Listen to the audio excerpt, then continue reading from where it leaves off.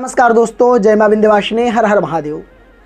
आज हम बात करेंगे इच्छा कामनाओं के अनुसार पूजन अनुष्ठान एवं स्तोत्र तथा उसके सिद्ध लाभ, या यूँ कहें कि उसके विशेष चमत्कार आज हम इस वीडियो के माध्यम से आपको बताएंगे। शास्त्रों में तरह तरह से वर्णन है। सर्वप्रथम बात करेंगे जो हरि नाम संकीर्तन करते हैं, हरे कृष्णा हरे राधा, इसका विशेष लाभ क्या है या क्यों किया जाता है। तो हम ये सब चीज़ें या जो आपके मन में प्रश्न है या कोई समस्याएं हैं, उस तरह की समस्याओं का समाधान आज हम अपने इस वीडियो के माध्यम से करेंगे। तो हरि नाम संकीर्तन के बारे में हमने सर्वप्रथम बात किया था, तो उसी विषय में बात करते हैं। हरे राम हरे कृष्ण, भगवान प्रभु नारायण की कृपा प्राप्ति के लिए तथा घर में सुख शांति एवं आनंद प्राप्ति के लिए एवं सन्मार्ग धर्म मार्ग की प्राप्ति के लिए यह संकीर्तन करवाया जाता है। इसी क्रम में हम आगे बात करेंगे श्री कात्यायनी देवी जप के विषय में। देवी पुराण में वर्णन है, जिस किसी कन्या का विवाह नहीं हो रहा है, विवाह में समस्याएं हो रही हैं, विवाह में बाधा आ रही हो, विवाह में विलंब हो रहा हो, तो कात्यायनी देवी का 41,000 जप का विधान है। यह जप केले के पत्ते पर, केला होता है, केला के पत्ते पर बैठ करके ब्राह्मण द्वारा, ब्राह्मण पान खा करके, साधारण पान खा करके यह जप करना चाहिए। इसके प्रयोग से कन्या के विवाह में आने वाली सभी बाधाएं दूर हो जाती हैं, विवाह के योग शीघ्र ही बनते हैं, या यूँ कहें कि शीघ्र ही शीघ्र विवाह हो जाता है। यह अनुष्ठान लगभग 21 दिन में पूर्ण हो जाता है। यह ब्राह्मणों के ऊपर निर्भर करता है किस प्रकार से जप कर रहे हैं, यह उनका विषय है। प्रयोग अनुभव और चमत्कारिक एवं सिद्ध उपाय है।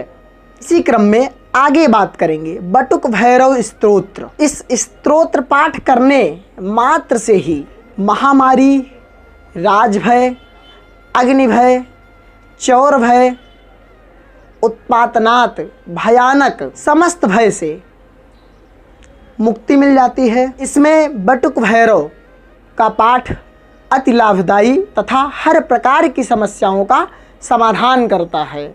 एक बहुत ही सिद्ध प्रयोग है। इस प्रयोग को कम से कम 108 पाठ 108 पाठ करना चाहिए, तो ही इसका विशेष लाभ प्राप्त हो पाता है। इसी क्रम में हम आगे बात। श्री सूक्त महाप्रयोग एक ऐसा प्रयोग है जिससे घर में स्थिर लक्ष्मी का वास होता है तथा प्रसन्न हो करके आपके घर पर ही निवास करने लग जाती है माँ लक्ष्मी। शास्त्रों के अनुसार इसके कम से कम 1100 आवृत्ति यानी कि 1100 पाठ कराने का विधान है। 1100 पाठ कराने पर ही यह विशेष लाभ होता है। 1100 पाठ कराने पर ही यह विशेष लाभ होता है। इसी क्रम में आगे बात करेंगे श्री गोपाल सहस्त्र नाम जप। जब किसी दाम्पत्य को पुत्र या संतान की प्राप्ति ना हो रही हो, तो धार्मिक पुत्र के प्राप्ति के लिए गोपाल सहस्त्र नाम का पाठ करावे। गोपाल का मंत्र का जप है 1.25 लाख जप होता है, शास्त्र में विधान है। जप मात्र से पुत्र प्राप्ति में अत्यंत लाभदायक है। यह प्रयोग अनुभूत है। इसी क्रम में आगे बात करेंगे श्री कनकधारा स्तोत्र। यह कनकधारा स्तोत्र बहुत ही प्रभावशाली होता है। यह स्तोत्र आदि शंकराचार्य द्वारा रचित है, जिसके पाठ से स्वर्ण वर्षा हुई थी। कहा जाता है, बहुत प्राचीन समय की बात है, शंकराचार्य जी ने यह अपने द्वारा रचित कर इस पाठ को कर स्वर्ण वर्षा हुई थी। कनकधारा स्तोत्र, कनक यानी सोना, कनकधारा स्तोत्र। कनकधारा स्तोत्र पाठ करवाने से अपने घर में, अपने व्यवसाय में, अपने ऑफिस में व्यापार के उत्तरोत्तर व्यापार में अधिक से अधिक वृद्धि के लिए यह पाठ होता है। व्यापार में अधिक से अधिक वृद्धि होती रहती है। कनकधारा स्तोत्र में कमल प्रयोग से अत्यंत लाभ प्राप्त होता है, अधिक लाभ प्राप्त होता है। इसी क्रम में हम आगे बात करेंगे श्री अखंड रामचरित मानस पाठ।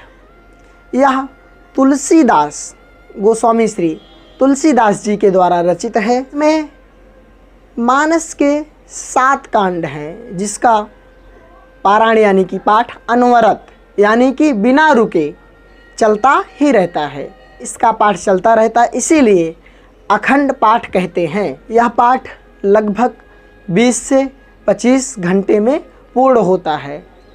मानस पाठ से घर में सुख शांति, समृद्धि, ऐश्वर्य, धन, लक्ष्मी की प्राप्ति होती है। घर में कलह की स्थिति नहीं रहती है। घर में शांति का माहौल रहता है। यश और कीर्ति बढ़ती रहती है तथा मनुष्य सही नीति से चलता है। इसी क्रम में आगे बात करेंगे सुंदर कांड पाठ। सुंदर कांड तो सभी लोग जानते हैं। सुंदर कांड का पाठ तुलसीदास द्वारा रचित रामचरितमानस लिया गया है। इस पाठ के द्वारा हनुमान जी को प्रसन्न किया जाता है। सुंदरकांड बहुत ही दुर्लभ, बहुत ही सुंदर उपाय है।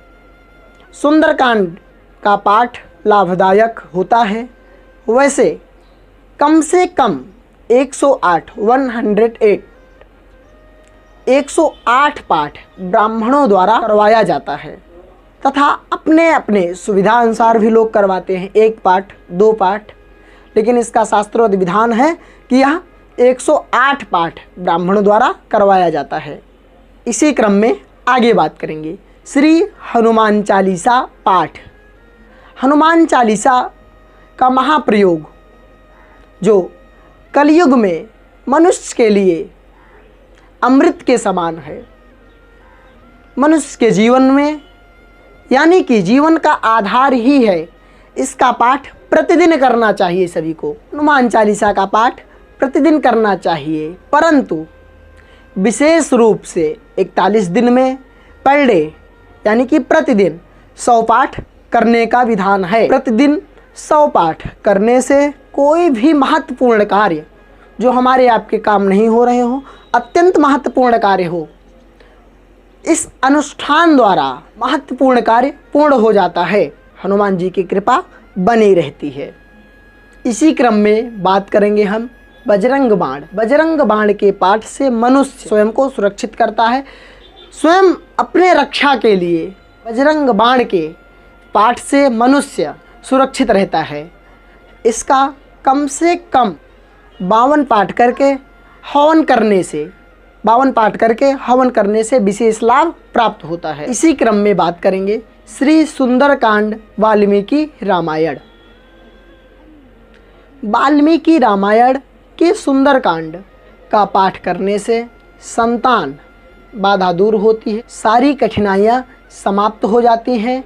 वाल्मीकि द्वारा रचित सुंदरकांड एक याज्ञिक प्रयोग है। इसका 108 पाठ 108 पाठ विशेषतः हवनात्मक रूप से लाभदायक है। इसी क्रम में बात करेंगे श्री ललिता सहस्रनामावली अर्थात माँ भगवती अखंड ब्रह्मांड नायिका माँ जगज्जननी दुर्गा की, माँ जगज्जननी दुर्गा विंध्यवासिनी माता की प्रतिमूर्ति है। इसका सहस्त्र नाम, सहस्त्र माने 1000, पाठ से अर्चन व अभिषेक तथा हवन करने से विशेषतः रोग बाधा दूर होता है। इसी क्रम में आगे बात करेंगे श्री शिव सहस्रनामावली। भगवान शिव के 1000 नाम यानी कि 1000 नाम भगवान शिव के शिव सहस्र नामावली के कई प्रयोग हैं, कई लाभ मिलते हैं। सहस्र नामावली के द्वारा अर्चन, अभिषेक तथा हवन प्रयोग से अपार शांति मिलती है तथा मन शांत रहता है। स्वयं भगवान शिव प्रसन्न हो जाते हैं और अपनी कृपा बनाए रखते हैं। इसी क्रम में आगे बात करेंगे श्री शनि सहस्रनामावली।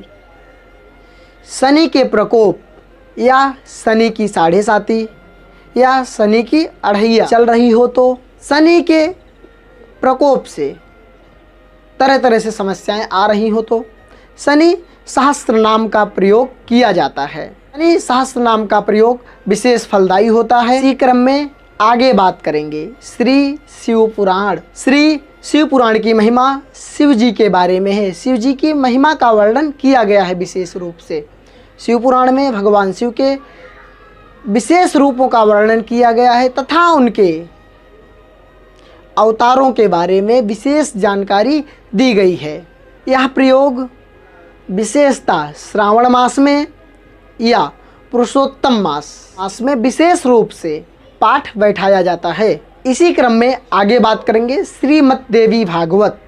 श्रीमद् देवी भागवत में 18,000 श्लोक हैं तथा यह माँ भगवती, माँ जगतजननी आदिशक्ति दुर्गा, माँ विंध्यवासिनी के प्रसन्नता के लिए किया जाता है। यदि माँ जगतजननी प्रसन्न हो गई, ये आदिशक्ति हैं, यदि यह प्रसन्न हो जाती हैं तो अनेक प्रकार से धन धान्य तथा तरह तरह की इच्छाओं की पूर्ति होती है। यह पाठ विशेषता नवरात्रि के पावन पर्व पर किया जाता है। अगले वीडियो में मिलेंगे। जय माँ विंध्यवासिनी। हर हर महादेव दोस्तों।